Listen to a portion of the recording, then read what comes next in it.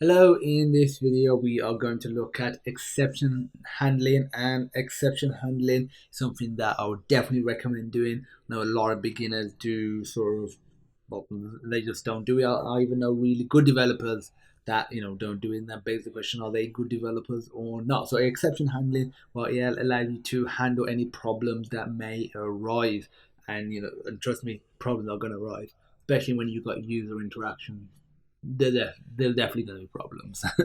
That's without that. Okay, next thing, the reason I'm doing it on a local environment and not the regular online environment is because to demonstrate one of the exception handling functionality, I want to actually try and open up a file, and you need to be on some sort of local environment to be able to do that. So otherwise, the code will work online if you are doing exception handling for like file input. It's just that's one of the easiest ones to do.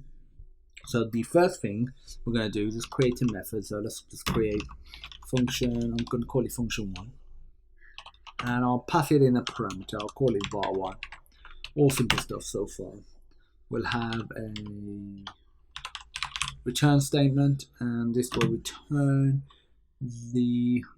What I'm going to do is I'm going to return 10 divided by 10 divided by 10 divided by var1. Okay, so that's all good stuff so far. And if I print this out, so if I print out function 1 and I'll just pass in 5, for example, that should yield us a result of 2. So let me save it, run it, the run module, there we go, you guess us 2. All good stuff. What happens if we put 0 though? I think we know what's going to happen. Division by 0, that can't be done in mathematics. So we could do an if statement, or like an easy way is use an assert statement. So assert, and we're just asserting what is valid and what is not valid. So we want to check if var1 is not equal to 0, then we would continue. So if we save it,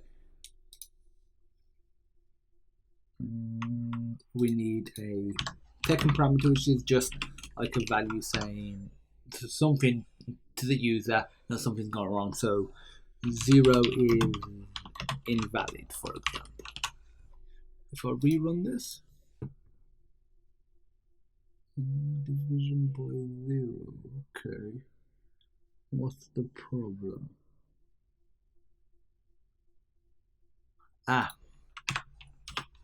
Sorry, it should be 0. That's what we're checking. I was checking if it wasn't equal to 0. So what is going on here? So something seems to be amiss. It is. You know what I've done? I've messed up the brackets. The bracket. I always do this. The brackets must be there. Now the actual thing that you want to say to the user. 0 is invalid. As you can see, the assert has now been hit. If I put in a value of, I don't know, 4, for example, it should give us a result of 2.5. It works.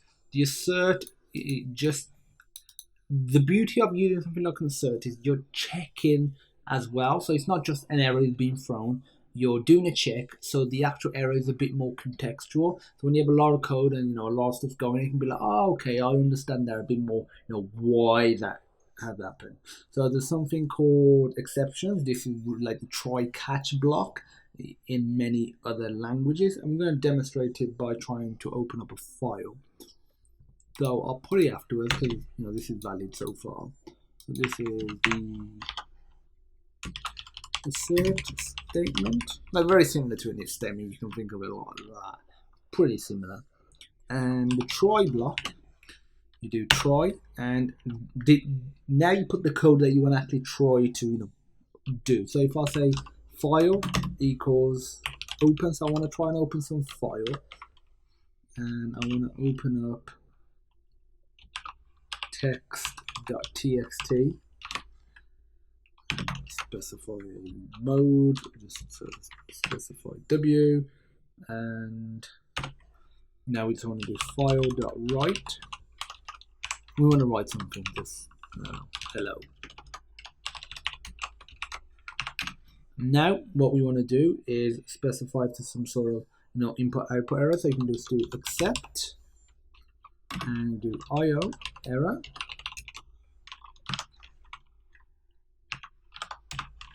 Make sure you sort out the indentation properly.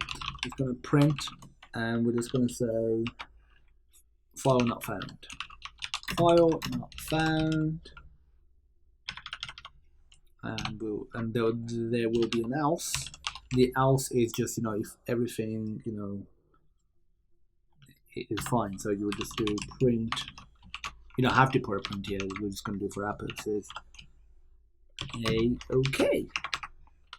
And then you obviously want to close the file. So file.close, like so. So if I rerun this now,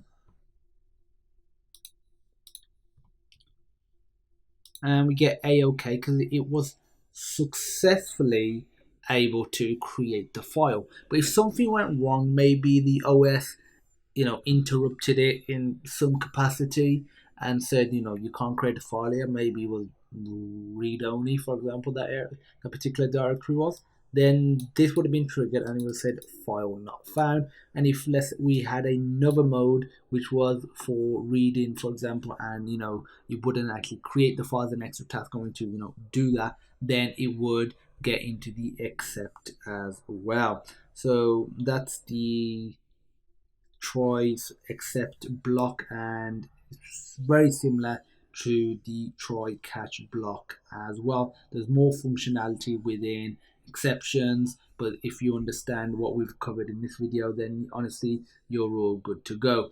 If you have any questions, feel free to reach out. There'll be a link in the description linking you with more of the functionality around exception handling, and I look forward to seeing you in the next video. Thank you for watching, and I'll see you there.